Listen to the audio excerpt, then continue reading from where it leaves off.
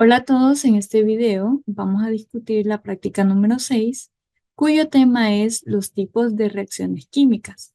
Para comenzar, vamos a definir lo que son las reacciones químicas y nos dice que son los procesos termodinámicos de transformación de la materia.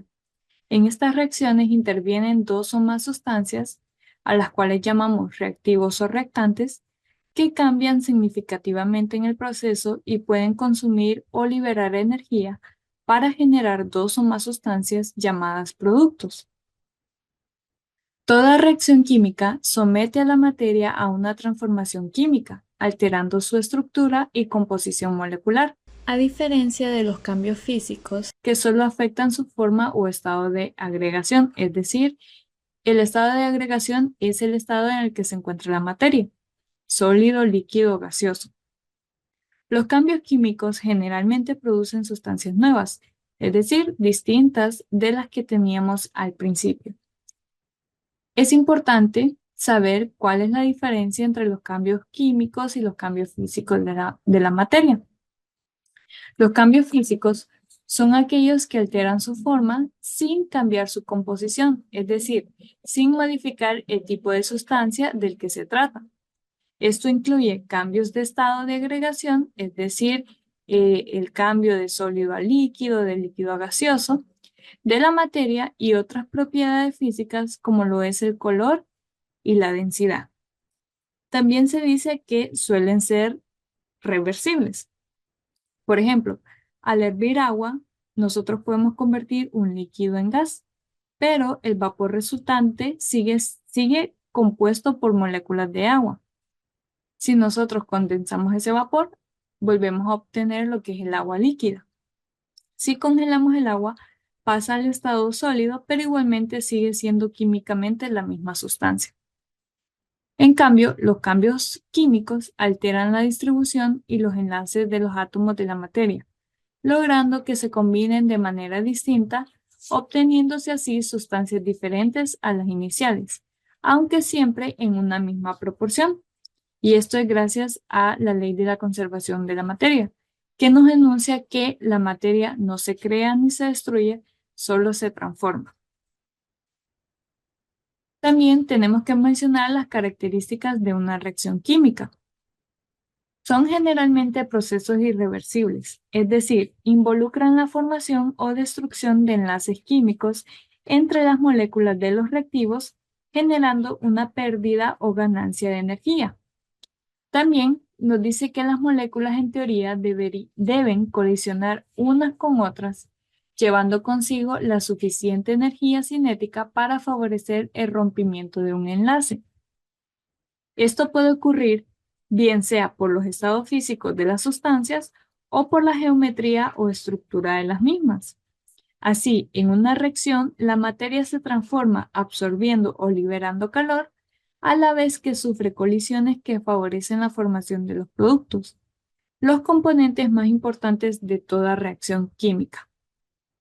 También nos dice que la masa total del conjunto permanece constante después de una reacción química. Así, la suma de las masas individuales de cada sustancia es igual a la masa del resultado obtenido. También provocan un cambio de estado, del color, de temperatura y liberación de gases. Pero hay que tomar en cuenta que no todos los cambios de estado implican una reacción química, como el ejemplo que mencionamos anteriormente del agua, en la cual ésta cambia su estado de sólido a líquido y de líquido a gaseoso, pero esto no implica una reacción química. ¿Cómo se representa una reacción química? Se representa mediante ecuaciones químicas en las que se describen los reactivos participantes y los productos obtenidos, a menudo indicando determinadas condiciones propias de la reacción, como la presencia de calor, la presencia de catalizadores, que son sustancias que las vamos a explicar más adelante, la presencia de luz, etc. Entonces aquí vemos que está representada lo que es una reacción química donde la A mayúscula y la B mayúscula representan lo que son los reactivos, la C mayúscula y la D mayúscula los productos y la A, B, C y D minúscula son los coeficientes estequiométricos, que son números que indican la cantidad de reactivos y productos, que deben ser ajustados de manera que haya la misma cantidad de cada elemento en los reactivos y en los productos. De esta forma se cumple la ley de conservación de la masa. Aquí también podemos ver una lista de símbolos que podemos encontrar al momento de representar una reacción química. El primero que tenemos es el signo de suma, que indica que se combinan varias sustancias o elementos. El segundo, las dos flechitas que apuntan en lados opuestos, indica que la reacción es reversible. Una reacción reversible es aquella que en algún punto de su transcurso alcanza un estado de equilibrio en el que las concentraciones de los reactivos y productos permanecen constantes. En otras palabras, no varían ya que la velocidad con la que se consume uno de los reactivos es igual a la velocidad con la que aparece el otro. Luego tenemos una flecha que indica el sentido de la reacción. Si vemos una flecha hacia arriba, indica que se desprende un gas. Una flecha hacia abajo indica que se forma un precipitado. Una flecha con un triángulo arriba indica que la reacción requiere calor para ocurrir. Una flecha con un dibujo similar a lo que es un rayo indica que la reacción requiere corriente eléctrica para ocurrir. Y así vemos una flecha con sustancias escritas, indica que la reacción requiere alguna de esas sustancias, a las cuales llamamos catalizadores, como el platino, el paladio, la enzima, para poder ocurrir. También vemos algunas letras encerradas entre paréntesis que nos indican el estado de agregación de la materia. Si vemos una L, significa que está en estado líquido, una S en estado sólido, una G en estado gaseoso y las letras AC significa acuoso, es decir, la sustancia está en disolución acuosa, está disuelta en agua. Aquí podemos ver un ejemplo de una reacción conteniendo alguno de los símbolos antes mencionados, la cual es una reacción de combustión que se produce entre el metano en estado gaseoso y el oxígeno en estado gaseoso. Esto se produce en presencia de calor, como lo marca el triangulito, y produce lo que es el dióxido de carbono gaseoso. Y como está en estado gaseoso, pues ponemos la flechita hacia arriba, que significa que se desprende un gas, y se forma también lo que es agua en estado líquido. Ahora vamos a hablar acerca de los tipos de reacciones químicas. Vamos a comenzar mencionando los tipos según el tipo de transformación. En estas encontramos la reacción de síntesis o adición, que es una reacción en la cual dos o más sustancias se combinan para dar como resultado una sustancia diferente. Y entre las reacciones inorgánicas de síntesis o adición podemos encontrar la reacción que se da entre un metal y el oxígeno para formar un óxido metálico o también llamado óxido básico. Por ejemplo, 2 moles de magnesio, que es un metal, se unen a un mol de oxígeno para formar lo que es el óxido de magnesio, un óxido metálico o también llamado óxido básico. Esta es la reacción entre el no metal más el oxígeno para formar un óxido no metálico, también llamado óxido ácido, en el cual tenemos el ejemplo de la unión del carbono más el oxígeno que forma dióxido de carbono. Luego está la reacción entre un metal más un no metal que forma una sal. Aquí vemos que el metal sodio se une con el cloro gaseoso, que es un no metal, para formar la sal cloruro de sodio. Está también la reacción entre un óxido metálico más el agua para formar lo que es un hidróxido o base.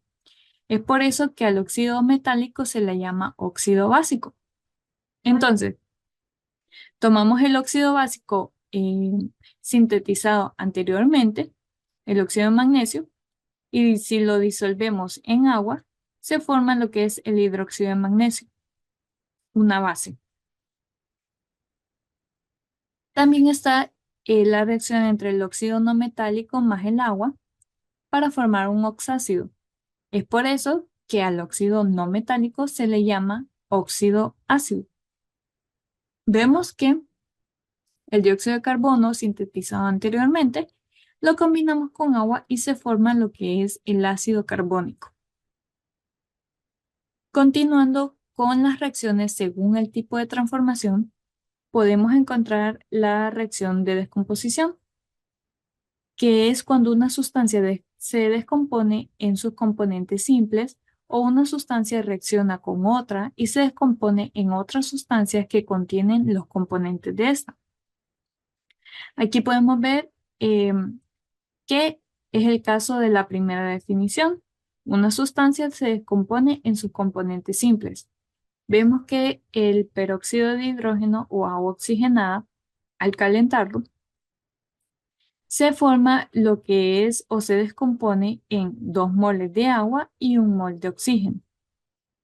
Luego tenemos las reacciones de desplazamiento o sustitución, en las cuales un compuesto o elemento ocupa el lugar de otro en un compuesto, sustituyéndolo y dejándolo libre. Aquí vemos cómo el metal desplaza al hidrógeno del ácido sulfúrico y forma lo que es el sulfato de zinc, liberando así el hidrógeno gaseoso. También tenemos lo que es el desplazamiento o sustitución doble, en el cual dos reactivos intercambian compuestos o elementos químicos simultáneamente. Aquí vemos cómo reacciona el cloruro de sodio con el nitrato de calcio y vemos que intercambian sus aniones. Entonces, el anión del nitrato de calcio, que es el nitrato, se une con el catión del cloruro de sodio, que es el sodio, y forma lo que es el nitrato de sodio. Y el otro, el